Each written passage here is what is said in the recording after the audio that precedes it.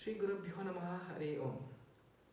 Today we are presenting the seventh and the last part of the series which was talking about the life, leadership and works of Shri VAdirAja Theertha.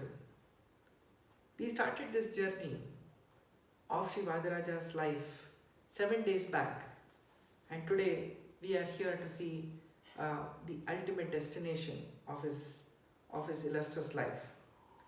His life, which lasted 120 years, 112 of which were that like a pontiff as a Pīṭādhipati, saw some of the most eventful actions from him, in which he served the people of the society, composed a number of kritis, number of granthas, which stand the test of time even today. So in that journey came a stage which we saw yesterday, which was that of granting an opportunity to his disciple, Shri VAdirAja, an opportunity to do the fifth pariyaya in Udupi, and he, Shri VAdirAja, performed that pariyaya in the holy kshetra of Sode. We also had seen in one of the earlier parts about what Sode and how Sode was founded and became a wonderful pilgrimage. So Soda Kshetra is situated about 415 kilometers away from Bangalore. It's one of the most tranquil places with absolutely no pollution of any sort, and which has the wonderful temple of Sri Rama Trivikrama. It has the Moola Vrindavana of Shri VAdirAja Theertha and his disciple VAdirAja, along with several other Vrindavanas which belong to the pontiffs of Shri Soda Mutt. It has a beautiful Gopalakrishna temple. It has a temple of Shri Chandramauleshwara and Mukhya Prana. It has a beautiful tank called Dhavala Ganga. So this kshetra was founded by Shri VAdirAja himself. There was nothing before he founded that place. And why did he do that? We saw that yesterday too. That was the place where Hayashira Guha was situated, and which finds a mention in the earlier Puranas as well. So it's a Pauranika, it's a place of Pauranika significance and is mentioned in the scriptures as we saw. And that's the place where there is a tank. Shri VAdirAja invoked the presence of Ganga in that tank, and it's now called the Dhavala Ganga. So there is a story behind the temple of Rama Trivikrama. So what happened was, Shri VAdirAja had turned 120 years, and he wanted to establish a temple of Shri Trivikrama Devaru. So he instructed everyone to start building the temple. So all the people, including the king Arasappa Nayaka, got busy in constructing the temple, and to his astonishment, till the very last day, nobody knew where the idol of Shri Trivikrama Devaru was at that time. So they asked Shri VAdirAja, where is the idol that is going to be the presiding deity? And Shri VAdirAja said, the deity is on its way and it will come and land soon. So he had actually sent Bhutaraja to get the idols. Shri Bhutaraja gets the idols, and the idols are inside a chariot, a four-wheeled chariot that he flies from the place where he got it all the way up to Sonda Kshetra. On his way, he is attacked by a demon, and he actually he counters the attack, and he picks up one of the wheels of the four-wheeled chariot and throws it at the demon and kills the demon, and brings the chariot successfully to Soda Kshetra. Even today, this can be witnessed. The temple of Shri Trivikrama Devaru is in the form of a chariot, and there are only 3 wheels of the chariot. It is visible even today. And the chariot, of course, is a stone chariot. So Shri VAdirAja then establishes a temple there and establishes the god Trivikrama as the presiding deity. And true to his promise to VAdirAja, he performs his fifth pariyaya in Sodakshetra itself. So he establishes the idol of Trivikrama Devaru, Gopala Krishna, Mukhya Prana Devaru, and then Chandramauleshwara, exactly replicating the way these deities are in Sri Kshetra Udupi as well. So, that time, it is time for Sri VAdirAja to end his avatara on this earth and leave his mortal body. So the gods sent their own emissaries to fetch Sri VAdirAja. And Sri VAdirAja tells the people who have come, and tells them, yes, I know my time has come, but I will not come till I have completed the Rathotsava of Sri Trivikrama Devaru. So he performs the Rathotsava with all the grandeur, and the people who had come to fetch him, the divine beings, actually wait for him. So can you imagine somebody who has come to take him away has actually had to wait for 2 days till the entire Rathotsava was completed, and on the 3rd day of the Ashvayuja Masa, he enters the Vrindavana, Sasharira Vrindavana Pravesha. That means he enters the Vrindavana when he was alive. It's a common practice in the Madhva tradition to build a Samadhi or a Vrindavana of sannyasis. But except for Sri Raghavendra Swamiji later and Sri VAdirAja before him, all other Vrindavanas are supposed to have built when the sannyasis have left their mortal bodies. But in the case of Sri VAdirAja, he enters the Vrindavana when he was alive. And even the Vrindavana that he entered is indeed very, very special. So those of you who have visited the Soda Kshetra will see that the Vrindavana actually has 5 parts. The center is the Moola Vrindavana of Sri VAdirAja, which he entered through a door which is now closed and has a picture of Sri VAdirAja carved on it. The other 4 are Vrindavanas or pillars which have the Dashawataras inscribed on them. Sri VAdirAja sits right in the middle, protected by different avatars of Vishnu, and in front of him there is an idol of Sri Vedavyasa.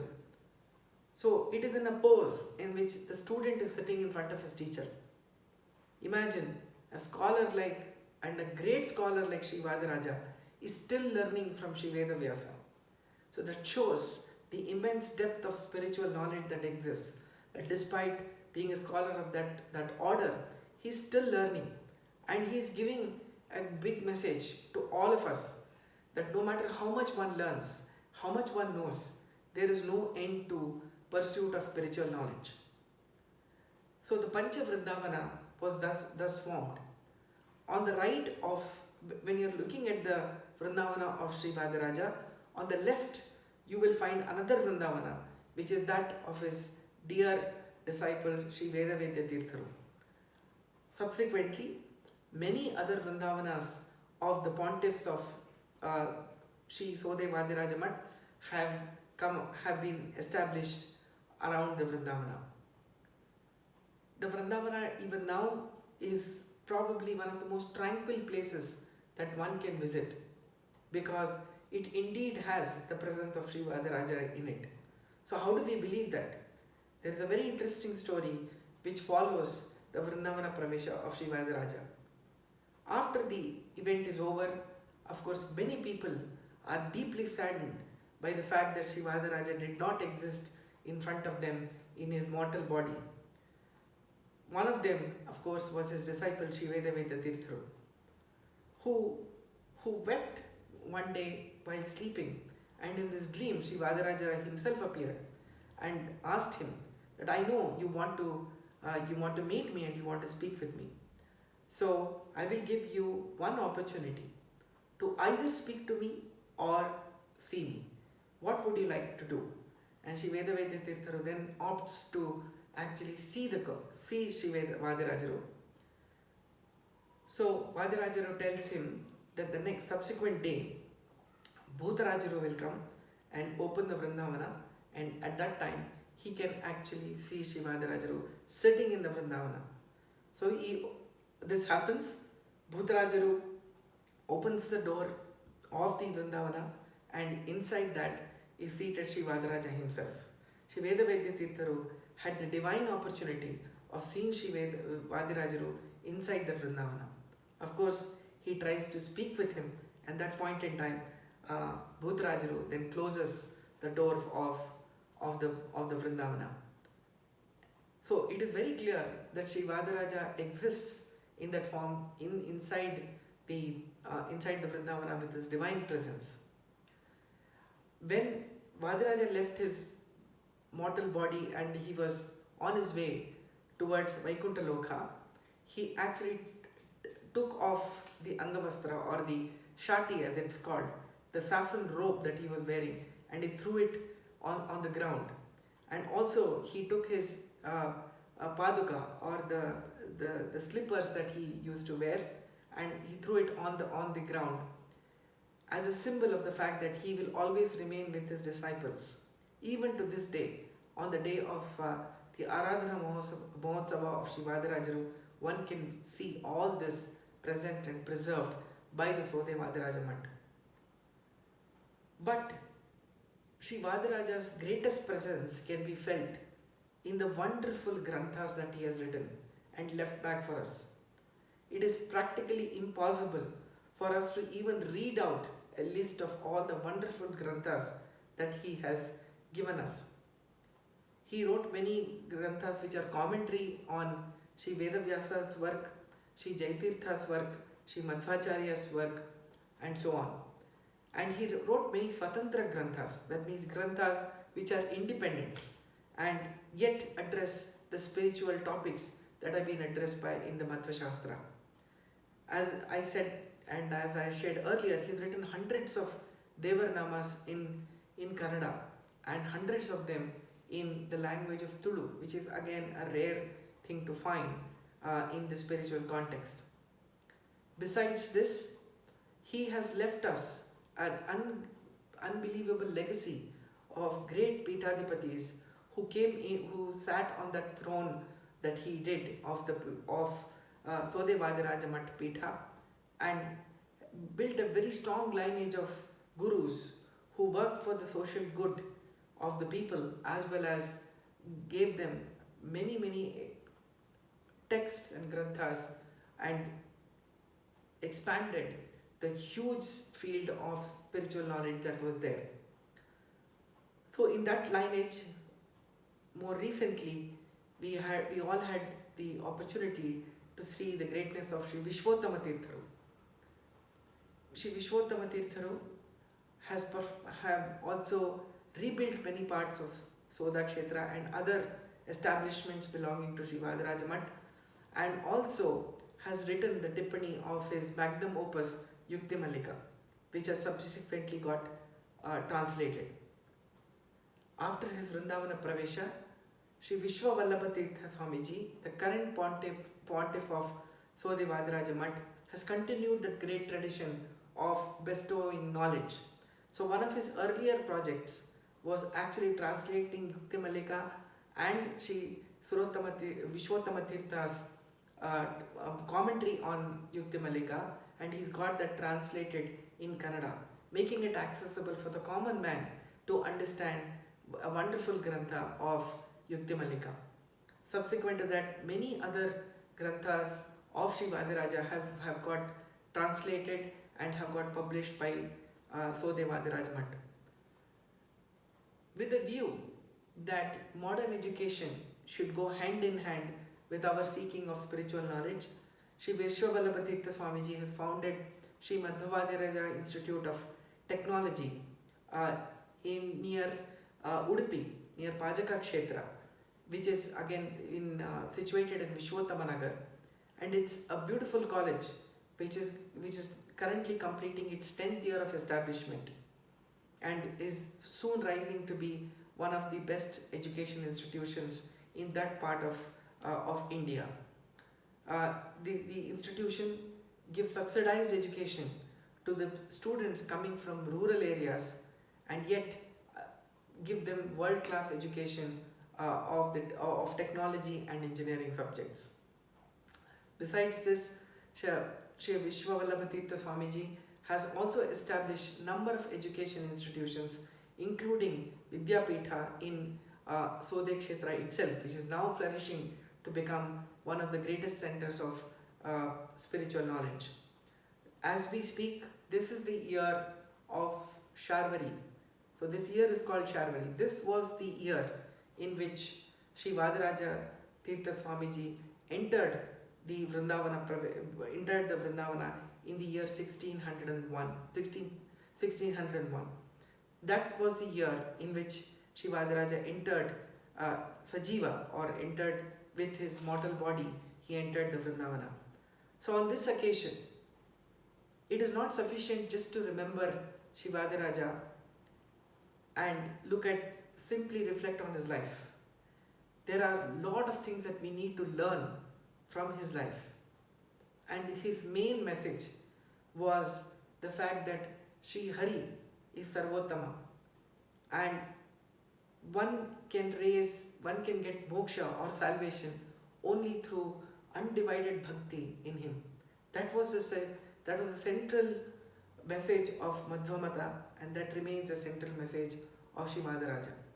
So on this occasion, when Lakshmi Shobhane is being recited worldwide on a global conference, let us all vow that we will make at least one attempt to learn at least one shloka composed by Sri VAdirAja. Read at least one Devarnama that has been composed by him. Read at least one Grantha, however small it may be, that is written by Sri VAdirAja. Let us vow that we will read Theertha Brahmanda every day, or at least once in a month, which will bestow the same fruits as visiting all the pilgrimages in India. And let us vow that we will use our wealth, all the resources that we have in the service of God and the people. So I thank Sri Vishwavallabha Theertha Swamiji and all the organizers of the global online recitation of Lakshmi Shobhane.